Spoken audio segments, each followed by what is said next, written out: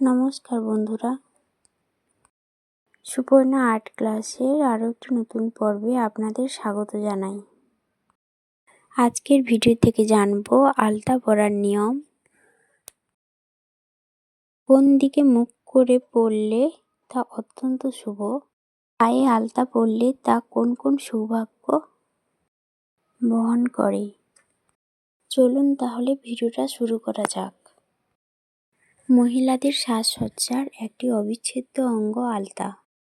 আমরা যখন উপবাস রাখি, এই উপবাসের সময় বিবাহিত মহিলারা পায়ে আলতা লাগায়। এটা খুবই শুভ বলে মনে করা হয়।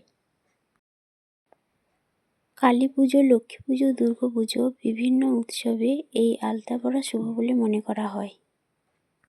স্বামীর সঙ্গে সম্পর্ক মজবুত হয়, তাই কনের বাড়িতে প্রবেশের সময় আলতা ভর্তি থালায় পা রেখে শ্বশুরবাড়িতে প্রবেশ করানো হয়। আলতা লাগানোর নিয়ম হলো, দক্ষিণ দিকে মুখ করে আলতা লাগাবেন না, উত্তর দিকে মুখ করে আলতা পরবেন। মঙ্গলবার পায়ে আলতা পরবেন না, যদি পরান এর ফলে বজরং বলির ক্ষোভ আপনার শরীরের উপরে পড়তে পারে। পায়ে আলতা লাগালে মঙ্গল গ্রহের আশীর্বাদ পাওয়া যায়, কারণ মঙ্গলের রঙও লাল আর আলতার রঙও লাল।